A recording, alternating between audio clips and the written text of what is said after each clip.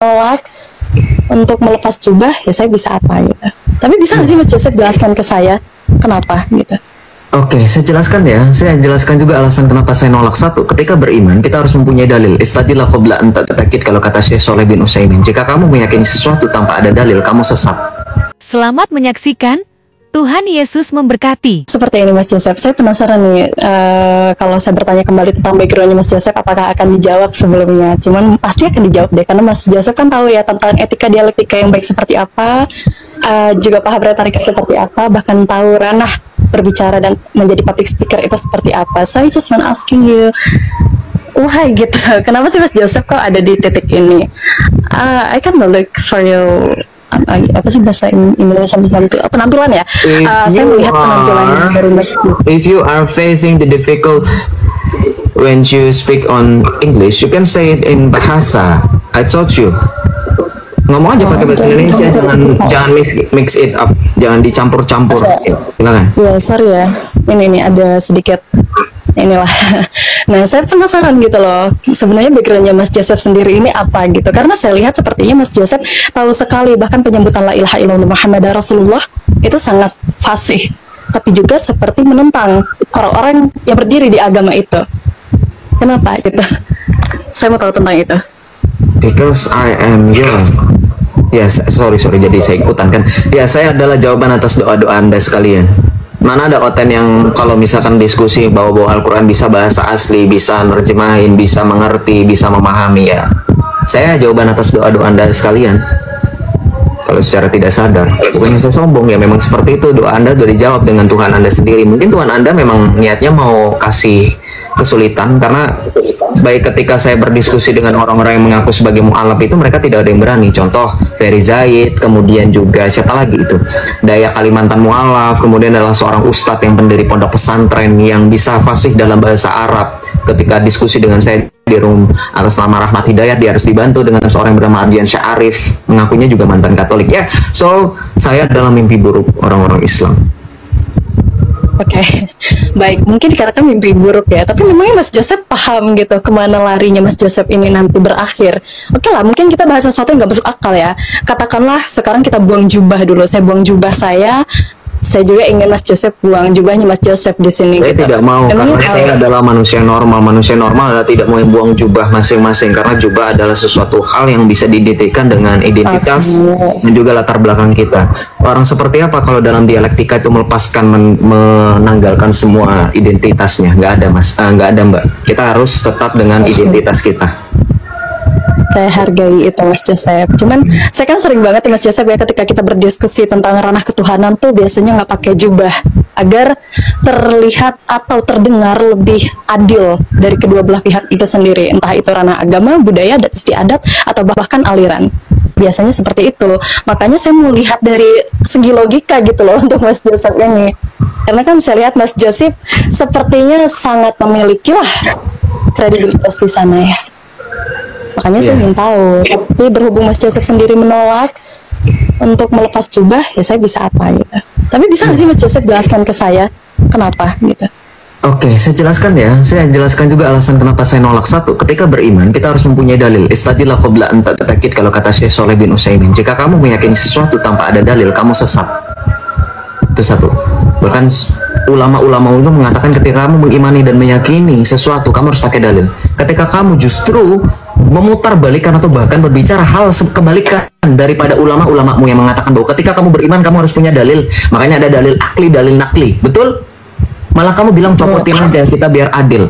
I don't believe that you are truly Muslim. Karena Islam yang benar justru harus menggunakan dalil akli dan dalil nakli, dan tentunya ketika pun menggunakan akal harus sesuai dan sejalan dengan Al-Quran dan As-Sunnah. Masya Allah, ukhti, I'm the one who reminds you. Harusnya selama Islam sih, tapi kenapa orang yang sudah murtad ya? Tapi nggak apa-apa.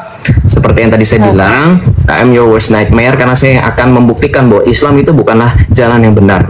Hanya sebatas bayang-bayang dalam mencari Allah. Karena begini, saya kasih tahu kenapa alasannya saya tetap memutuskan dan apa yang meyakinkan saya. Yang meyakinkan saya adalah adanya authority, adanya otoritas dan kebenaran. Otoritas dan kebenaran itu penting nggak? Penting. Nggak bisa hanya kebenaran saja. Kebenaran tanpa otoritas adalah kebenaran yang semu dan kebenaran yang relatif. Apa itu kebenaran relatif? Artinya masih ada kemungkinan possibility yang tidak pernah selesai dan tidak pernah ada jalan keluarnya.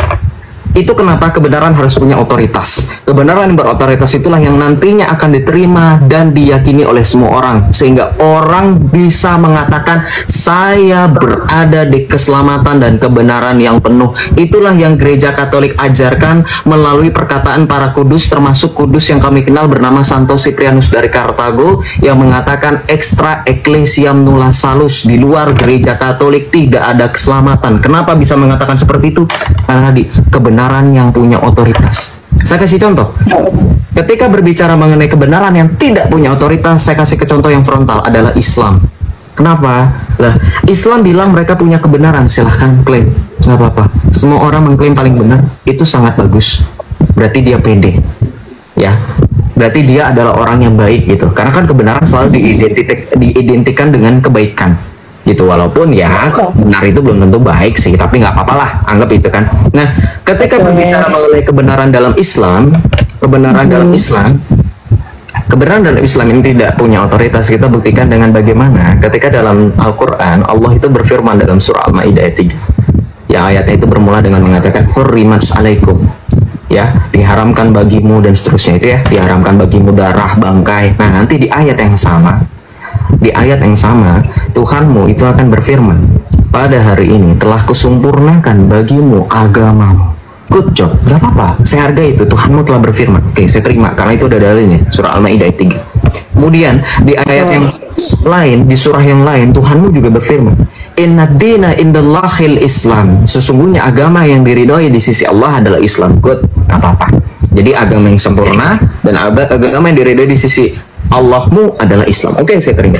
Tapi ya, at the same moment, atau kalau kita bilang, kalau saya boleh bilang, on the other hand, ya, di momen yang sama tetapi di orang yang berbeda, di kesempatan yang berbeda, nabimu itu mengatakan orang Nasrani terpecah menjadi 71 golongan, orang Yahudi terpecah, kebalik, orang Nasrani terpecah menjadi 71 golongan, orang Yahudi terpecah menjadi 72 golongan, dan umatku terpecah menjadi 73 golongan. Saya tegaskan selagi saya highlight lagi, Nabi mengatakan Islam terpecah menjadi 73 golongan.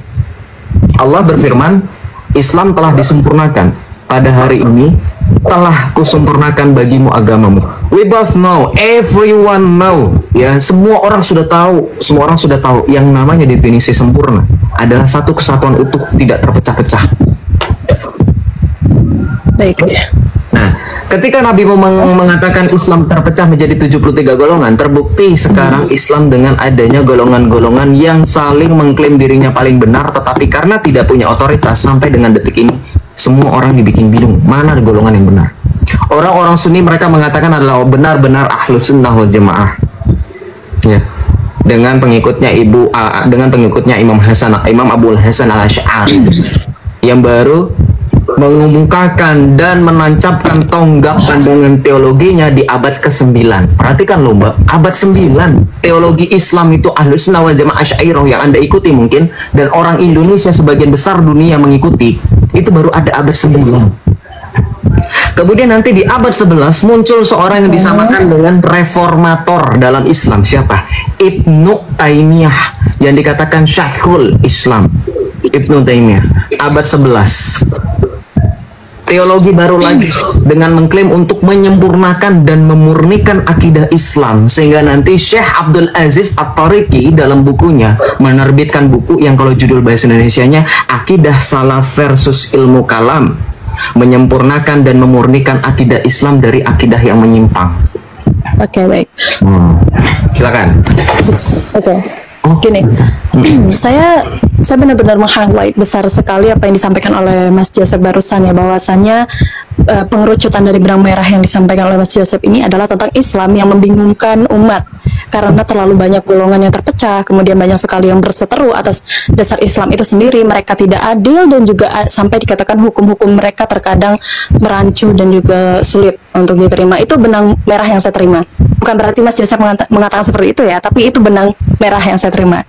Oke, sekarang gini Mas Joseph, kalau kita berlandaskan itu ketika kita memeluk agama, kemudian ada kalimat klaim kepada agama-agama tersebut, bukankah bisa juga kita katakan semua agama hampir sama?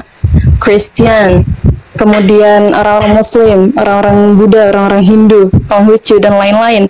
Kita juga perlu dong berarti menggemparkan mereka atau meratakan mereka juga bahwasanya kalian ini salah dalam beragama. Why? Karena kalian menganggap agama kalian itu benar. Kalian sangat pede di sana. Padahal belum tentu itu benar. Karena ya itu tadi, memangnya ada jaminan apa itu benar, termasuk Islam. Apakah saya setuju dengan apa yang disampaikan oleh Mas Joseph?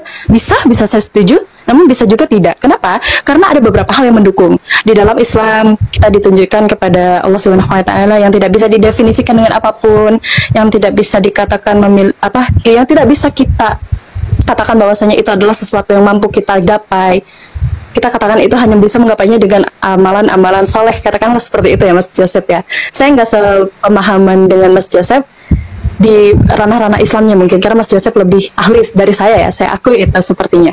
Namun Mas Joseph sepertinya Mas Joseph ketinggalan satu poin di sini.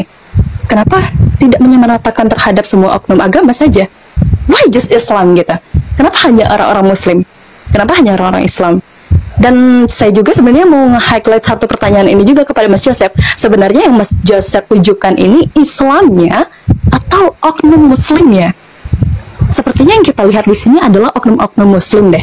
Oke, bicarakanlah Nabi. Nabi itu siapa gitu? Jika memang Mas Joseph bertujukan kepada Nabi, kemudian Nabimu itulah yang mengatakan akhirnya banyak sekali umat yang terpecah.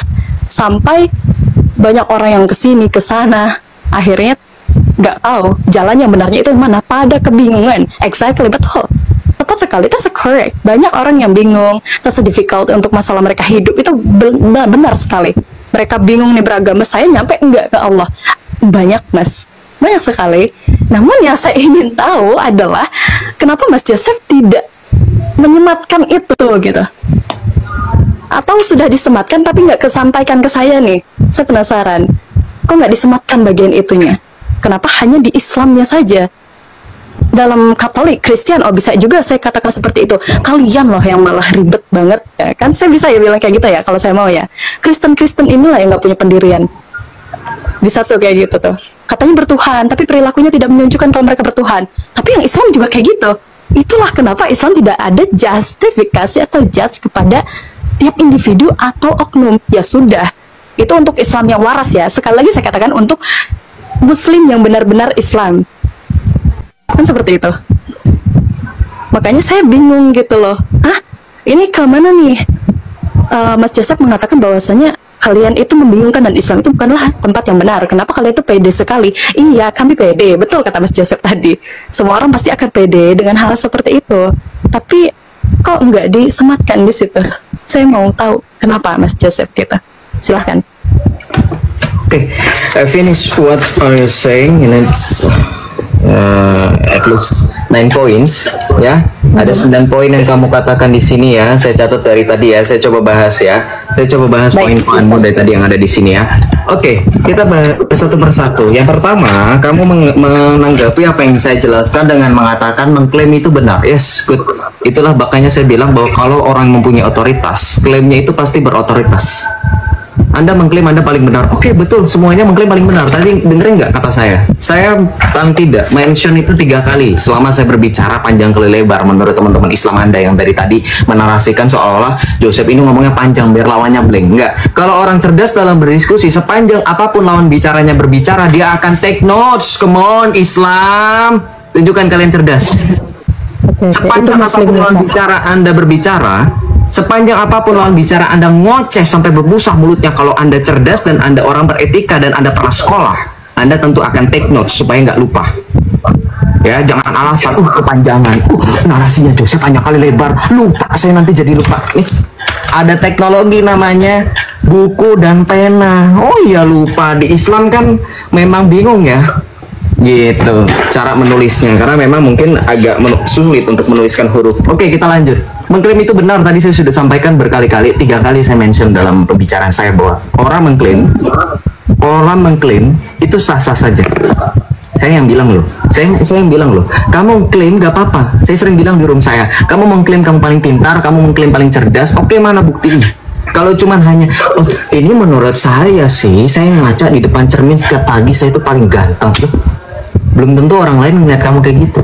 Itu justifikasi orang yang normal dan waras. Anda bilang Islam tidak pernah justifikasi. Islam yang waras ya. Berarti Anda mau mengakui di depan 1.800 orang Islam nggak punya otoritas yang benar-benar utuh. Makanya kalian tidak punya kemampuan untuk melakukan justifikasi. Yes, good, thank you. Anda membenarkan apa yang saya katakan dari tadi.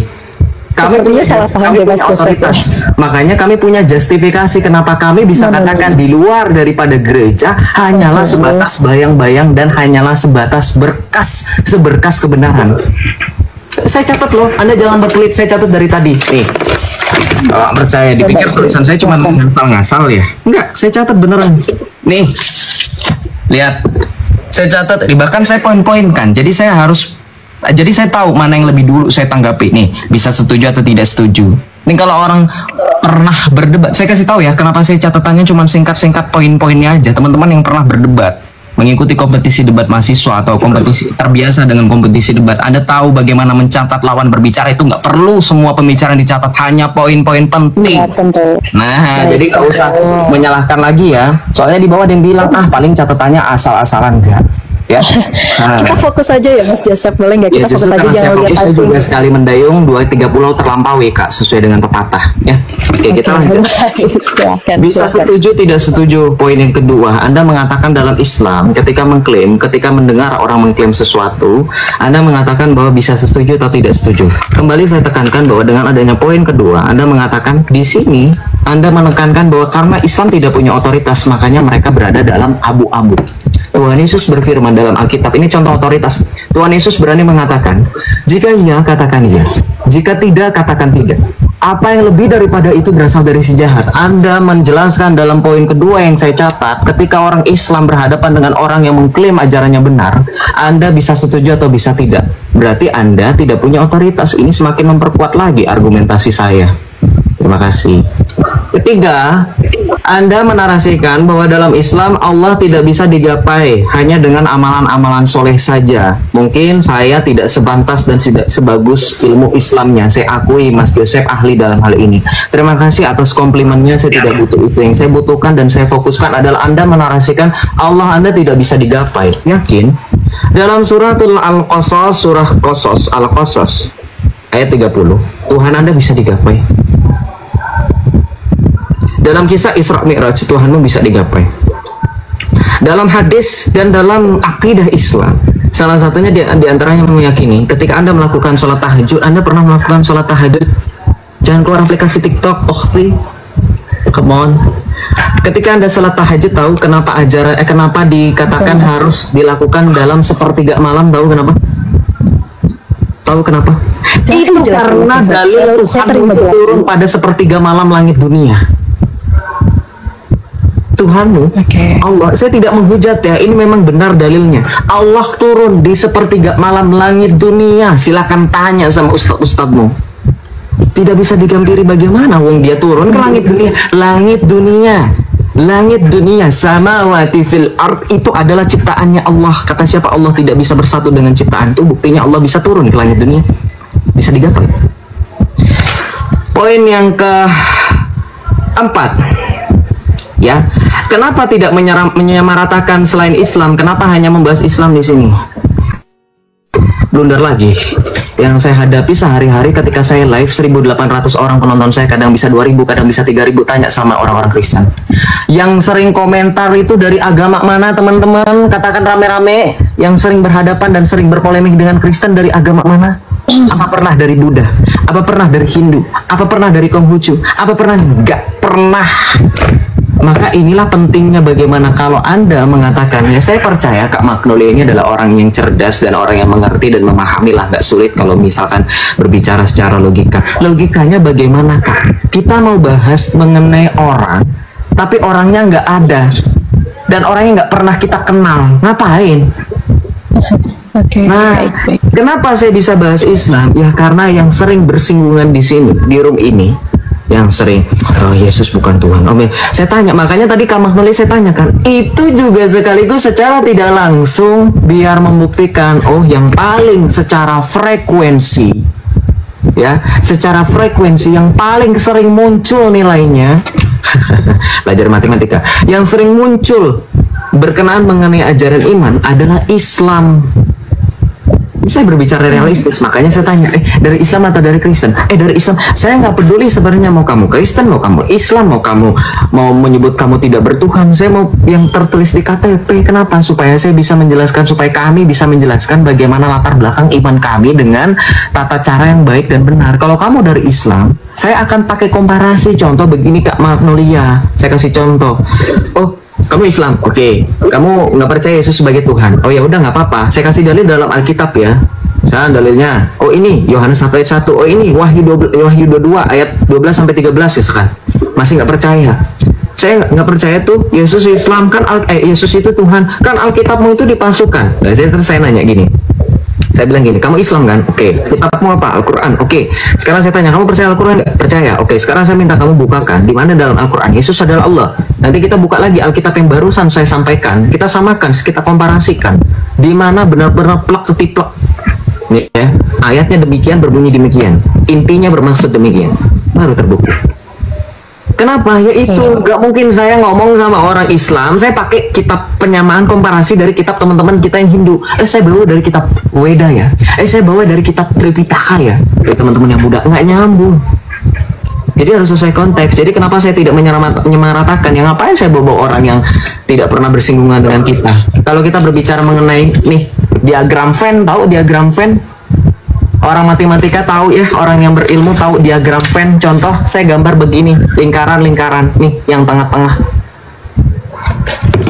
Lanjut poin yang berikutnya biar nggak berlama-lama. Salah. Oke. Lanjut aja. Iya, saya lagi baca ini. Tadi saya lupa poin. Poin ke-6, Islam atau oknum Islam. Ya, kenapa bawa Islam dan oknum Islam? Islam dan oknumnya itu kan beragama Islam.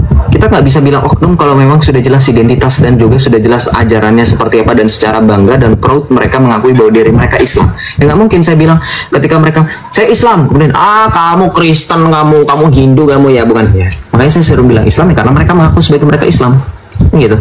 Sama kayak mereka nyebut saya Kristen, nyebut saya Joseph itu Kristen ini ya karena saya Kristen nggak apa-apa, sah-sah aja. Kecuali kalau misalkan saya dibilang Hindu baru saya akan marah. Orang saya Kristen nggak apa-apa gitu ya. Jadi itu sebenarnya out of context tapi nggak apa-apa, saya coba bahas dan breakdown kenapa saya sebut Islam karena dia agamanya Islam gitu dan ajarannya Islam. Kemudian kamu bilang contohnya Nabi, ya betul, dalam surah Al-Ahzab ayat 56 kalau saya tidak salah itu kan dibunyi laqad kana lakum fi Rasulillahi uswatun hasanatun liman kana yarjullaha. Artinya apa? Sungguh telah ada pada dirimu Rasulullah suri teladan nyata. Makanya dalam Islam ketika Anda berbicara role model, semua orang Islam akan sepakat role model mereka adalah Nabi, betul? Muhammad, betul? Sallallahu alaihi wasallam, betul? Nah, ketika dikatakan saya bilang, kamu kayak Muhammad ya, role modelmu ya Muhammad karena memang Al-Quran mengatakan suri tauladan yang nyata bagi kamu, kan gitu.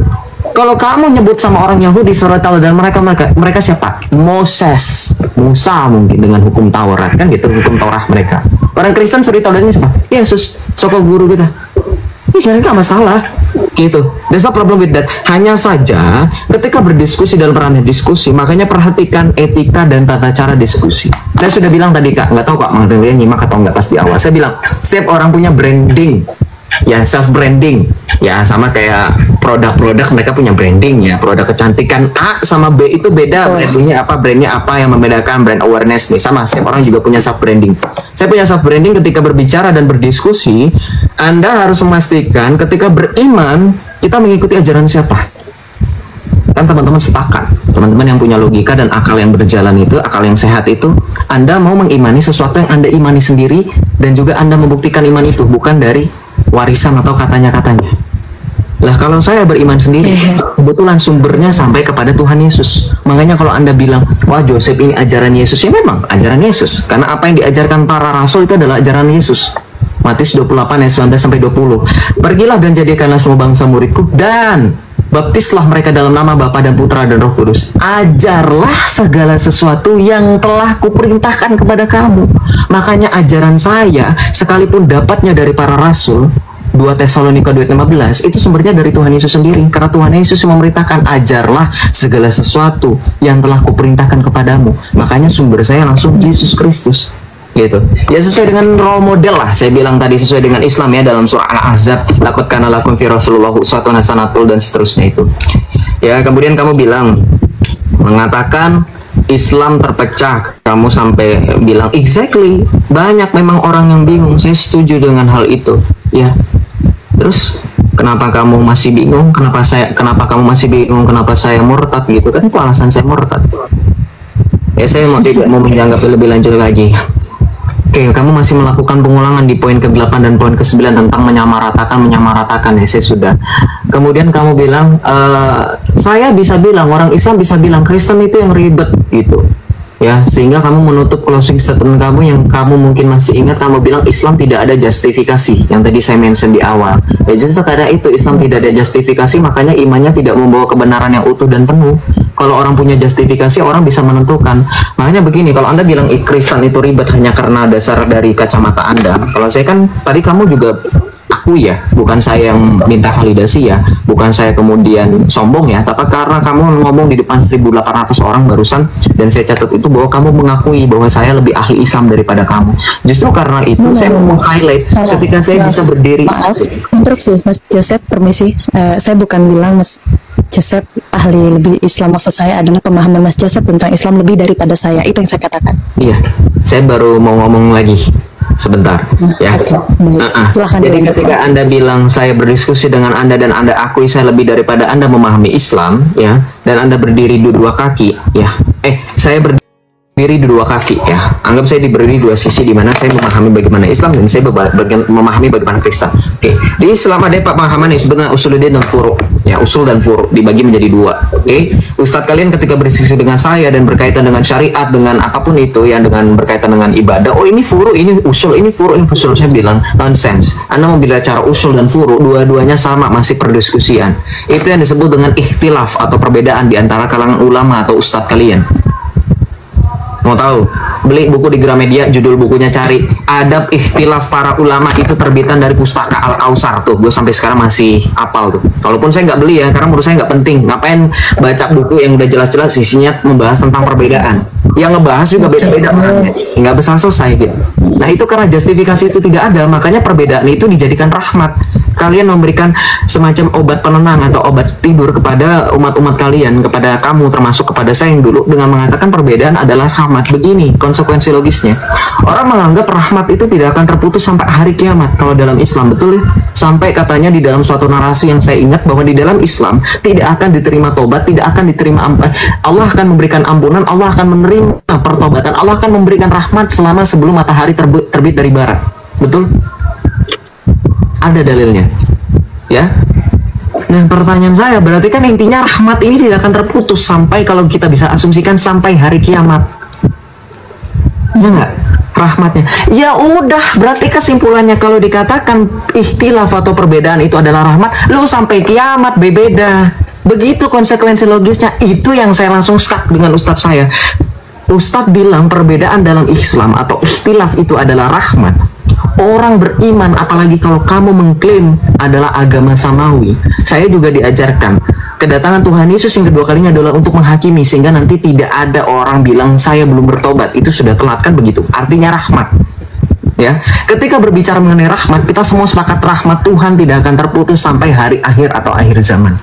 Sekarang Islam dikatakan punya perbedaan, ya perbedaannya sampai akhir kiamat, gak bakalan bisa selesai, gak bakalan ada jalan keluarnya sampai hari kiamat. Pertanyaan saya, apakah di hari kiamat masih ada orang yang bisa kemudian akhirnya menyadari, oh ternyata setelah kiamat selesai ini Islam yang benar, saya bertobat? Gak bisa, kena lagi. Situ sudah selesai dan sudah tidak ada lagi jalannya. Ya, seperti itu. Nanti kalau misalkan mau bertanya saya itu dapat referensi dari mana? Nah, saya dapat referensi itu dari ini. Islam yang ini belum seberapa. Saya nggak mungkin bawa semuanya di sini. Pegal berat nih buku-buku Islam. Nggak tahu kelihatan apa enggak. Sebel ini. Apa yang dari tadi saya narasikan ya. Begitu. Silakan ditanggapi mungkin kalau ada tanggapan. Kalau dibilang ada tanggapan Mas Joseph, cuman Ya, silakan. ya itu tadi, saya itu menanggapi seperti apa pun yang dibawakan oleh Mas Joseph. Celah yang dibawakan dari, maaf ya, perlu saya katakan red hearing itu akan ada Mas Joseph. Pasti Mas Joseph tahu lah tentang poin dari 33 logical fallacy, pasti tahu. Saya rasa Mas Joseph tahu tentang hal itu. Dan saya merasakan kita melakukan red hearing tadi. Entah saya saja atau Mas Joseph juga. We never know. Cuman gini Mas Joseph. Oke, saya terima dengan penjelasan Mas Joseph tadi terkait dengan Islam ini tidak memiliki ketentuan lah kata poinnya ya, karena tidak ada justifikasi di situ. Saya jadinya berpikir seperti ini Mas Joseph. Kalau seperti itu kenapa tidak dimayoritaskan saja dulu gitu? Oke lah, di perhitungan dari internasional, Kristen itu mayoritas.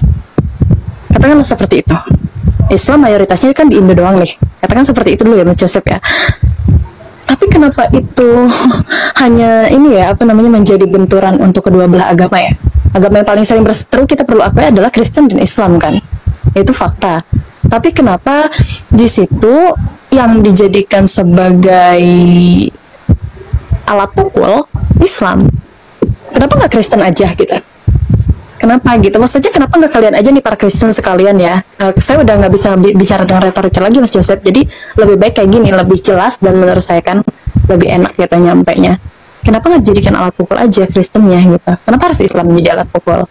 Kalau kalian mengatakan bahwasanya dalam Islam itu kalian yang mengakui orang-orang yang mengatakan bahwasanya Islam itu kemana-mana, nggak jelas, bahkan bisa dikatakan kalian itu agama yang tidak ramah, katakan seperti itu ya. Kemudian ada juga orang-orang yang kadang bernarasi bahwasanya Islam itu adalah ajaran sesat, Tuhan yang nggak jelas. Tapi tadi dibantah oleh Mas Joseph sendiri bahwasanya Allah kalian itu turun gitu. Ada tuh penjelasannya tadi bahwa hadis, bahwa dalil, masya Allah, tabarakallah banget nih. Perlu saya katakan keilmuannya masya Allah ya, tapi tidak dengan keyakinannya. Saya malah sayang di situ sih Mas Joseph. Saya tidak bermasalah Mas Joseph dimanapun sekarang. Yang saya sayangkan adalah pemahamannya Mas Joseph bahwa itu kenapa dijadikan sebagai alat pukul untuk Mas Joseph menghadapi orang-orang yang sedang berbicara. Ini apakah saya ad hominem? Iya, saya ad hominem. Saya langsung kepada pribadinya Mas Joseph. Dan Mas Joseph, saya yakin Mas Joseph paham tentang hal ini. Saya penasaran Mas Joseph, kenapa sih dari sekian banyaknya hadis, dalil, pemahaman Alkitab, kitab ini, kitab itu, bahkan sampai di Buddha, Konghucu, wah itu saya dengar kayaknya Mas Joseph luar biasa banget pemahamannya sampai sana. Tapi kenapa itu nggak dijadikan alat pukul gitu? Oke, betul yang dikatakan oleh Mas Joseph, Islam lah yang mengganggu terlebih dahulu, karena Islam lah yang selalu mengulik-ulik dan mengatakan begini begitu. Oke, katakan seperti itu. Tapi kan bisa ya kalau jadi alat pukul itu banyak banget. Ini Mas Joseph, contoh deh, ada gendang buat azan nih, nggak ada pemukulnya, kita bisa pukul pakai gelas, pakai apapun itu yang benda ujungnya tumpul, maka bunyinya akan sama. Apakah itu menjadi sebuah kerancuan gitu untuk orang-orang yang mendengarkannya? I think no. Kan seperti itu. Sama halnya dengan agama dan juga keyakinan yang dibawa oleh Mas Joseph tadi. Di dalam Islam kalian katakan bahwasanya, di dalam Islam menurut Mas Joseph itu adalah rancu, kemudian Allahnya turun, la ilaha illallah Muhammadar Rasulullah, itu akhirnya turun ketika salat sepertiga malam. Itu jelas ada hadis dan dalilnya. Oh iya benar, betul Mas Joseph. Tapi yang saya maksudkan di sini adalah manifestasi dari Allah itu sendiri. Saya bisa berani mengatakan bahwasanya Yesus Kristus, oke, saya perlembutlah, Tuhan Yesus Kristus menurut Kristen memiliki implementasinya apa? Bentuk manusia, yaitu Nabi Isa. Dikatakan seperti itu ya, manusia memiliki rambut, memiliki tangan, memiliki kaki, memiliki alat kelamin, mohon maaf sekali perlu saya katakan, dan juga tingginya seperkian itu dilihat, diperhitungkan, bahkan ada penjelasannya. Tapi kenapa itu nggak dilihat juga gitu oleh Mas Joseph, yang saya rasa logikanya lumayan banget menurut saya ya. Bukan lumayan lah, tapi bagus. kalau Mas Joseph mengatakan kita seperti ini tadi, saya sedikit ulang ya, Mas Joseph bilang gini, Islam kalian itu kenapa nggak ada yang pinter, Islam bisanya ngeklaim doang tapi nggak ada isinya. Nah, tapi saya tidak seperti itu Mas Joseph. Saya sebagai Islam dengan bangga saya katakan Mas Joseph ini memiliki retorika dan juga pemikiran yang lumayan bagus. Sorry, bukan memvalidasi Mas Joseph, bukan juga menjilat ya, tapi ini bentuk dari kedewasaan saya sebagai seorang Muslim yang beragama Islam. Oke, kalau Mas Joseph bilang tadi bahwasanya Islam itu nggak punya pendirian karena berantakan dan itulah alasan saya murtad. Saya rasa bukan itu alasan Mas Joseph murtad. Kalau saya bilang pakai ucapan ya, Mas Joseph coba direnungin lagi. Oh, saya yakin sih Mas Joseph pasti udah ngerenungin itu. Entah apa yang Mas Joseph lewati, saya nggak tahu sama sekali. Cuman sepertinya seperti gini ya Mas Joseph. Sepertinya saya sentuh Mas Joseph dengan cinta pun sebagai seorang wanita ya, bukan seorang hamba Tuhan, bukan, tapi seorang wanita. Dengan cinta pun sepertinya Mas Joseph tidak akan menolehkan diri ke Islam. Just a testing, maksudnya just a question. Kok saya jadi rusak sih gramarnya, maaf. Just a question, why gitu. Kenapa yang dijadikan alat pukul itu Islam, Mas Joseph? Islam, pemahaman Islamnya Mas Joseph yang dijadikan alat pukul. Itu aja sih Mas Joseph. Untuk tanggapan-tanggapan Mas Joseph yang tadi terkait apa yang saya bawakan, itu malah menunjukkan bahwasanya Mas Joseph itu masih mencari celah. Letak Islam ini tidak benar. Itu yang saya lihat. Benar-benar murni dari saya ya Mas Joseph ya. Saya melihat itu dari Mas Joseph. Silahkan kalau masih ada yang mau ditanggapi. Terlalu banyak ketika saya berhadapan dengan orang seperti Anda yang tadi Anda sempat menyebutkan red herring dan Anda sempat mention ada 30 macam logical fallacy ya, dan saya juga nggak tahu kenapa Anda tiba-tiba bring it up gitu, padahal yang dari tadi red herring dan juga logical fallacy termasuk Anda juga akui Anda ad hominem, padahal dari tadi saya nyapukus pada substansi dan argumentasi. Saya juga meragukan karena Anda juga off cam, jadi saya nggak tahu Anda catat poin-poin saya atau enggak. Ada beberapa poin yang justru saya bisa buktikan di sisi saya akan buktikan justru Anda yang banyak salah paham dan Anda tidak mendengar dan menyimak secara seksama tentang apa yang saya jelaskan. Beginilah makanya ketika di poin akhir yang saya catat, ketika teman-teman tadi melihat di layar, ketika saya sudah enough, saya langsung begini.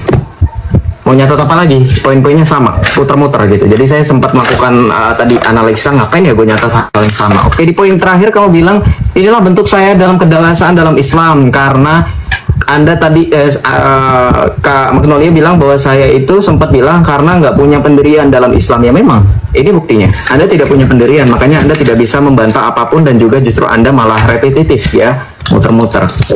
Pertama, poin mana yang muter-muter, nanti saya akan bacakan satu persatu ya, dari 11 poin sebenarnya. Tadi satu poin sudah dibicarakan, berarti tinggal sisa 10 poin. Sorry, saya ulangi, berarti tinggal sisa 9 poin karena 2 poin tadi sudah saya bacakan tentang logical fallacy. Nanti tiba-tiba Anda mention ini ada 33 logical fallacy, ada red herring. Kita melakukan red herring, entah itu saya atau Anda yang tadi saya sempat Anda mention di awal mula Anda membalas dan juga refute ya, walaupun tidak refute sama sekali, tapi nggak apa-apa, biarkan itu publik yang menilai Anda refute saya atau tidak. Kemudian yang kedua, poin yang kedua, oke, saya terima penjelasan ya bahwa Islam tidak punya ketentuan. Hello, my point is bukan tidak punya ketentuan, tidak punya otoritas. Ya, ketentuan banyak di Islam, banyak ketentuan ini, ketentuan tentang makan, ketentuan tentang cebok, ketentuan itu kan ketentuan, aturan, ketentuan. Ya, jadi jangan manipulatif, don't gaslighting, don't manipulative, don't red herring ya. Jadi jangan bawa-bawa saya, don't bring me up lah pokoknya. Ya, karena saya nggak melakukan red herring. Saya sudah catat, saya sudah bilang. Ketika Anda dari tadi menjelaskan, saya sudah catat. Saya sudah terbiasa. Anda mungkin baru ketemu dengan orang seperti saya bisa sombong untuk hal ini karena saya itu tipikal orang yang kalau saya mendengarkan orang berbicara dan kita dalam konteks untuk bantah-membantah, saya paling suka. Ya, karena saya orangnya suka debat. Ya, itu yang dibenci oleh orang tua saya. Makanya mereka angkat tangan, raise their hands ketika mereka mendatangkan ustadz alim ulama, karena saya orangnya suka debat. Makanya saya bisa melalang buana untuk menjadi murtad. Ya, karena saya suka debat, makanya dalam etika berdebat atau berdiskusi, bahkan ya berdebat lah ya kita sebutnya, ini kita catat gitu poin-poin lawan bicara. Kayak saya tadi bilang di awal, kalau orang sudah terbiasa debat, dia pasti akan catat poin-poin pentingnya, tapi dia akan ingat apa yang dibicarakan ya. Itu sisi yang perlu saya banggakan ketika berbicara dengan orang-orang yang tidak memahami dan perlu dijelaskan 2 kali berulang-ulang. Kemudian yang ketiga, tadi kan saya sudah bilang ya, yang kedua itu kamu bilang bahwa di Islam tidak ada ketentuan. Kamu salah. Ya, saya tidak bilang di Islam tidak ada ketentuan. Di Islam ada ketentuan tapi tidak punya otoritas.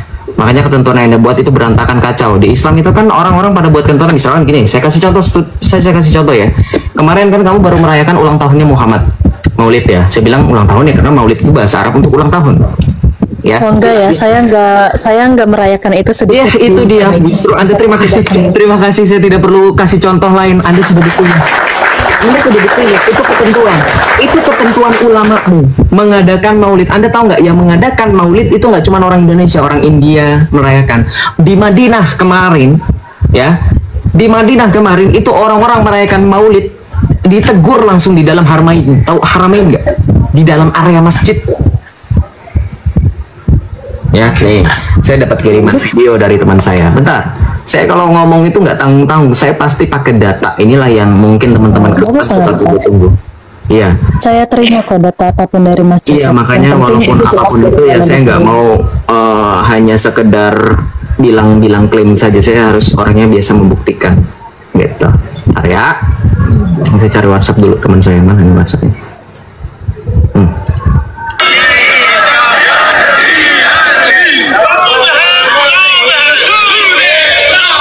Ini mereka di Selasar masjid. Nah, di dalam masjidnya, perhatikan, di dalam masjidnya, ini imamnya ngomong begini. ومن الجفائر النبي صلى الله عليه وسلم التهيؤ لبدعة المولد. At-tahayyul bid'atul maulid. Jelas kalau dalam bahasa Arab ini artinya menghidupkan bid'ah. Bid'ah itu tahu nggak apa? Nabimu pernah bersabda dalam hadis, kullu bid'atin dolalah wa kullu bid'alatin finnar. Setiap bid'ah itu adalah kesesatan dan setiap kesesatan tempatnya di neraka. Nih, ini imam masjid.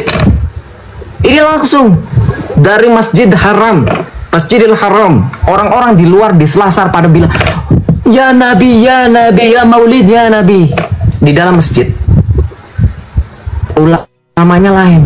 Jadi artinya apa? Betul, tidak ada pendirian. Tadi Anda juga udah membuktikan kok. Saya tidak merayakan itu. Berarti ada yang merayakan, ada yang tidak merayakan, ada yang abu-abu.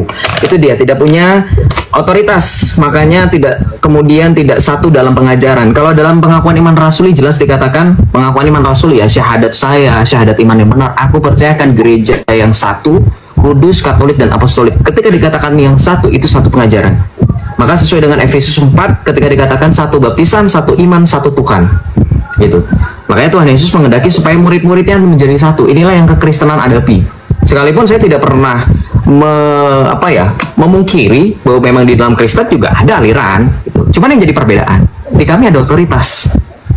Saya bukannya sombong sekali lagi. Contoh otoritas apa? Iya, bagaimana ada gereja Katolik, ada gereja Protestan, ada gereja Ortodoks. Nanti dari gereja Protestan ada lagi denominasinya, dari gereja Ortodoks ada Ortodoks Oriental, ada Ortodoks Timur, dan seterusnya. Mereka semua akan bersatu dengan pangkuan gereja yang satu, kudus, Katolik, dan apostolik. Gitu. Ya, mereka bersatu dengan gereja Katolik. Paus Fransiskus, pemimpin kami yang kemarin baru datang ke Indonesia, itu otoritasnya. Penerus tahta Petrus. Kalau Anda minta dalilnya Matius 16:18, kemudian dalam Injil Yohanes ya. Yohanes 20 ketika Tuhan Yesus meminta Rasul Petrus untuk menggembalakan domba, dan ketika Tuhan Yesus berfirman agar kita menjadi satu kawanan dan satu gembala. Itu poin penting dalam primus inter pares, atau yang berotoritas itu harus satu orang, ya, satu kawanan dan satu gembala. Ketiga, kenapa tidak dimayoritaskan saja? Based on international Christianity. What kind of data you use on your argument? Nggak tahu saya international Christianity itu apa ya? Based on international, Christianity gitu ya. Based on international apa? Based on international apa? Datanya ini apa? International apa? Apa internasional dari PBB kah?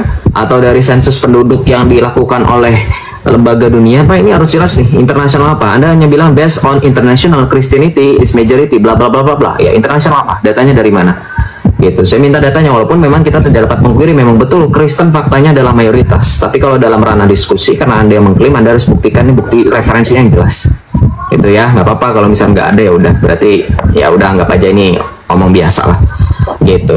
Nah, kamu bilang bahwa dari yang kamu bicarakan bahwa mayoritas itu Kristen based on international bla bla bla, kemudian kamu sambungkan dengan agama yang paling berseteru adalah Islam dan Kristen. Kenapa yang dijadikan alat pukulnya kenapa bukan Kristen? I don't understand. I totally understand di mana kamu mengulangi, repetitif kamu jelaskan ada alat pukul. What kind of this? Ini analogi apa? Alat pukulnya apa maksudnya? Sama Kristen gitu?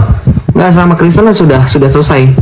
Gitu. Sama Kristen itu nggak ada lagi jadikan sama-sama alat pukul. Ini sih bingung kok. Kenapa yang dijadikan alat pukul bukan Kristen saja? Kenapa Islam? Kan gini loh, ketika kamu menarasikan agama yang paling berseteru Islam dan Kristen aja, itu menurut saya sudah agak ngaco, karena memang faktanya kamu juga sudah tahu jawabannya, yang sering mengusik itu Islam ya. Dan memang ketika berdiskusi dengan Islam itu kan memang yang faktanya membahas tentang Yesus itu adalah Islam. Hindu, Buddha tidak bahas ya, karena di kitab mereka nggak ada sebutan Yesus, nggak kenal mereka. Kalau dibilang kenal Yesus nggak ya, kalau merujuk kepada kitab suci mereka nggak kenal ini gitu. Karena memang kan secara fakta sejarah memang kita harus akui memang ajaran mereka sudah ada gitu. Jadi kalau berseteru sama mereka juga bingung, mereka belum mengenal Yesus gitu ya, bingung juga. Jadi narasi ini saya anggap zong ya, saya nggak tahu poinnya mau dibawa kemana nih, alat pukul apa. Kalau dibicarakan soal berdiskusi ya memang Islam, karena ya paling Judaism. Kalau Anda mau bawa selain Islam dan Kristen paling Judaism, Yahudi. Tapi kalau Yahudi Anda juga bisa, nanti saya rekomendasikan untuk nonton Benjamin Besomer ya gitu. Kenapa Islam ya? Nanti kamu harus tahu bahwa Islam itu akan mengutip ajaran-ajaran yang telah dikutuk oleh gereja. Ketika Anda menyebut tadi mention bahwa di dalam Kristen ya, ini saya langsung nyambut ke dalam 9 poin ke-7, sorry, bukan poin ke-9 ya, poin ke-5 malah, bukan poin ke-7. Ini banyak banget memang omongan Anda, makanya saya catat 11 poin, berarti sisa 4 poin lagi ya. Ini poin ke-5. Masya Allah, tabrak Allah, jangan ditabrak ya. Tabarakallah, harusnya yang jelas pronunciation-nya biar orang nggak salah. Tabarakallah, sepertinya saya mengatakan tabarakallah. Tabarakallah, tadi Anda bilang tabarakallah, nanti saya tabarakallah ya, baik Mas Joseph, tabarakallah, silakan. betul, Masya Allah dan tabarakallah ya. Jadi jangan disatukan tabrak itu, karena ada tabarakallah itu ada baknya, itu jelas bahwa Allah turun ya, berarti itu membantah Islam sesat loh. Saya nggak sama sekali membantah Islam sesat gitu, dan juga Anda sekali lagi yang ini red herring gitu, membantah Islam sesat dengan mengatakan Masya Allah tabarakallah. Mas Joseph tadi bawa dalil-dalil bahwa Islam itu apa, bahwa dalam Islam itu Allah turun di sepertiga malam gitu kan, karena Tuhannya nggak jelas dikatakan seperti itu. Anda bilang seperti itu ya, saya catat poin ini gitu. Baik, silakan dilanjutkan. Nah, saya bilang seperti ini ya, justru ketika Anda mengatakan Allah itu turun dan iman Anda meyakini Allah itu turun, ya Allah Anda itu seperti makhluk. Karena kan dibilang, kalau Anda tadi ini masih ada sih poinnya, kalau Anda masih denial juga kayaknya wallahu alam bisawab deh. Anda mengatakan bahwa di Islam Allah itu tidak bisa digapai, tidak bisa dijelaskan hanya melalui amal soleh ya. Saya bantah dong, saya bilang di Islam Allah bisa digapai kok, buktinya Allah turun ke sepertiga malam, Allah turun di langit dunia pada sepertiga malam, itu saya bantah dong. Nah, terus kenapa malah Anda malah Masya Allah tabarakallah? Harusnya Anda mempertahankan loh Joseph. Nih saya kasih tahu cara membantahnya ya, supaya nggak kemana-mana, supaya nggak zong. Sebentar. Ketika Anda mendengarkan saya bawa dalil Allah turun di sepertiga malam langit dunia, untuk membantah ketika Anda mengatakan Allah tidak bisa digapai, Anda bilang begini, saya ajarin dari Islam cara diskusi. Anda bilang gini, Joseph, yang turun pada sepertiga malam langit dunia adalah rahmat, bukan Allahnya yang turun. Saya ajarkan seperti itu. Ketawa, kok malah ketawa? Yang menjawab seperti itu adalah ustadz Ahlus Sunnah. Itu jawaban ustadzmu. Iya, jawaban ustadzmu adalah meyakini bahwa yang turun di sepertiga malam langit dunia itu adalah rahmatnya Allah, bukan Allah. Nih, saya ajarkan. Baru kita bisa diskusinya tektokan. Baru itu akan memanjang pada poin di mana Allah turun sepertiga malam langit dunia. Nanti saya bantah lagi dengan apa? Loh, kata ustadz yang lain seperti Ustadz Khalid Basalama, Ustadz Firanda, ya, dan mereka memahami pemahaman dari Ibnu Taimiyah atau Salafi. Mereka benar-benar meyakini bahwa itulah Allah yang turun. Gitu. Ya. Itulah Allah yang turun.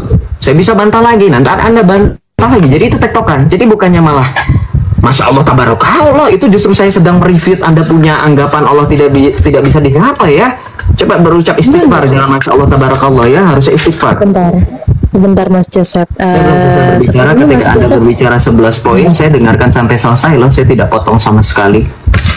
Saya juga biasanya nggak apa Mas Joseph, tapi ini ada sedikit kerancuan Mas Joseph. Kalau Anda bilang saya rancu, Anda bisa berjamin nggak Anda mencatat poin-poin yang saya bicarakan sama seperti saya catat poin-poin yang Anda bicarakan? Silakan Anda on cam. Buktikan kepada kita semua. Anda bisa on cam? Kalau untuk Ya. on cam, saya kayaknya belum bisa ya Mas Joseph. Udah Mohon bisa, maaf sekali. jangan bohong. Saya sebagai host bisa mengundang orang yang bisa on cam. Silahkan on cam. Anda tampilkan. Anda catat gak dari tadi saya ngomong panjang kali lebar? Nih, saya catat loh. Saya hargai loh. Makanya saya bilang Anda punya. Saya catat Anda punya 11 poin ketika Anda berbicara. Jangan alasan. Saya tadi sudah nyindir. Kalau Anda mau diskusi, Baik. pencet. Kalau Anda mau diskusi dengan orang, penjelasannya panjang kali lebar, sepanjang apapun, seberbusa apapun mulut dia berbicara, Anda akan sebagai orang cerdas, Anda orang terpelajar, Anda catat poin-poinnya. Ini dari tadi saya catat. Anda catat gak? Ketika Anda menuduh saya rancu, ya silakan. Saya punya catatannya kok. Dan ini direkam live-nya. Kalau Anda tidak percaya, saya akan berikan live ini rekaman. Saya sudah seperti ini, saya nggak main-main loh. Saya memorize apa yang kamu katakan, saya ingat. Ya, silakan on cam. Anda catat nggak pembicaraan saya? Silakan. Sebentar Mas Joseph, mohon maaf. Jangan sebentar, Kalau silakan untuk kita on cam, buktikan bagaimana diskusi dengan yang baik. dengan tegas Mas Joseph. Kalau untuk on cam saya menolak sekali Mas Joseph. Mohon maaf sekali. Bukan lihat muka, Karena- nggak. Saya nggak peduli lihat muka, nggak lihat rumah, nggak Ya, meskipun catatan begitu aja. Mas Joseph, lihat catatan. saya hargai semua narasinya Mas Joseph, bahkan penjabaran dan juga penjelasan Lihat dari Mas Joseph. catatan, nggak. Tapi untuk Nggak perlu on cam, dihargai apapun nggak itu bisa. sikap Anda. Anda bukan menghargai apa yang saya bicarakan. Anda hargai sikap baik dan attitude saya.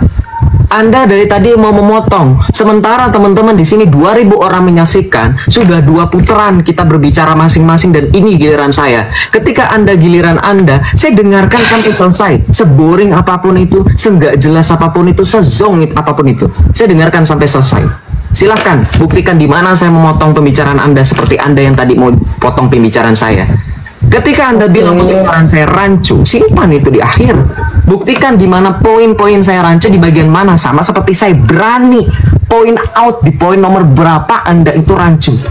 Itu bukti kalau orang diskusi dengan mengandalkan tidak hanya otak dan akal logika, tapi juga etika yang dibarengi dengan hati. Paham? Anda pernah kuliah atau paling nggak sekolah deh. Guru Anda ketika menjelaskan panjang kali lebar disuruh nyatet nggak? Tanpa disuruh nyatet pun, orang yang punya etika, murid yang punya etika ketika gurunya menjelaskan, dia mencatat.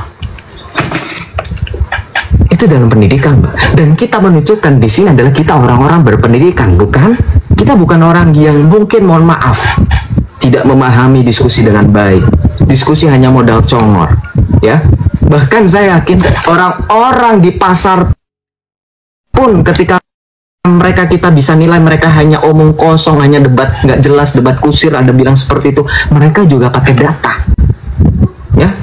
Negosiasi itu kan pakai data. Nego dengan penjual cabai, oh ini cabai di sana lebih murah tuh, harganya 15.000, kok di sini 30.000, buktinya mana, ya itu tanya aja. Jadi event serendah apapun di mata kita, semuanya itu pakai data. Dari tadi saya bandingkan diskusi sistem atau red hearing seperti yang tadi Anda prolog Anda, pembukaan Anda bilang ke saya. Saya catat di poin pertama Anda bilang tiba-tiba, saya nggak tahu ya antara saya dengan Anda itu yang red hearing siapa. Tapi Mas Joseph tahu kan, logical fallacy itu dari 33. Oke, gue red hearing di poin yang mana? Di bagian yang mana? Oke. Ya, ini belum selesai, dilanjut, masih ada 4 poin lagi. Kalau Anda silakan. potong juga jadinya, saya juga nggak tahu mau lanjutin juga males. Anda juga nggak mau nunjukin Anda catat omongan saya atau enggak. Menurut Anda saya nggak penting ya? Ya udah. Kalau gitu nggak perlu disampaikan aja ya sih Mas Joseph kalau seperti itu. Betul, itu dia. Good, thank you. Thank you for nothing ya. Ya. Thank you for nothing. Itu tahu, akhirnya sadar diri, nggak usah disampaikan ya Joseph. Udah, thank you for nothing. Ya iya dong. Lah percuma saya ngomong panjang kali lebar. Nih, gua nyatet loh 2 lembar ini buku catatan gua nih. Gua nyatet 2 lembar begini, gua nyatet 2 lembar begini. Nggak ada harganya.